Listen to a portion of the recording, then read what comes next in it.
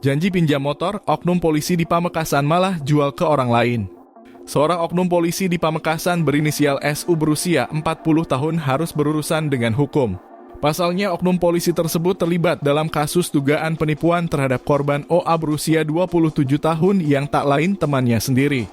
Saat ini, SU telah ditangkap dan telah ditetapkan tersangka oleh Polres Sumeneb Minggu 2 Februari. Polisi juga menyita barang bukti berupa buku pemilik kendaraan bermotor sebagai bagian dari penyelidikan. Berdasarkan informasi, kasus ini berawal pada Minggu 12 Januari lalu di rumah korban di Jalan Arya Wiraraja, Desa Kolor, Kecamatan Kota Sumeneb. Saat itu pelaku datang ke rumah korban dengan alasan ingin bertemu. Oknum polisi ini datang dari Pamekasan dengan mobil pribadi bersama seorang temannya. Sesampainya di lokasi, pelaku pun mengetuk rumah korban dan sempat berbincang. Kemudian pelaku meminta izin untuk meminjam sepeda motor korban dengan alasan ingin menemui seseorang.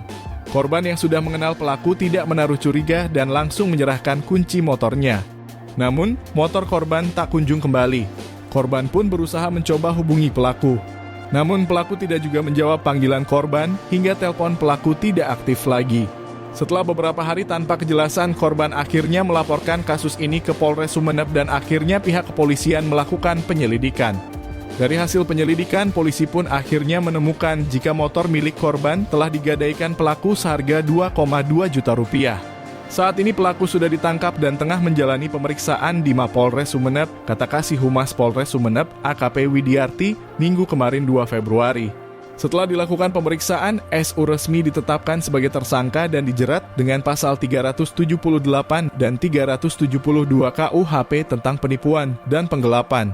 Jika terbukti bersalah, pelaku terancam hukuman penjara lebih dari 4 tahun. Sementara itu, Kasih Humas Polres Pamekasan AKP Sri Sugiharto membeberkan jika pelaku merupakan oknum polisi yang bertugas di Polres Pamekasan. Meski demikian, dia enggan membeberkan pangkat dan jabatan dari SU ini.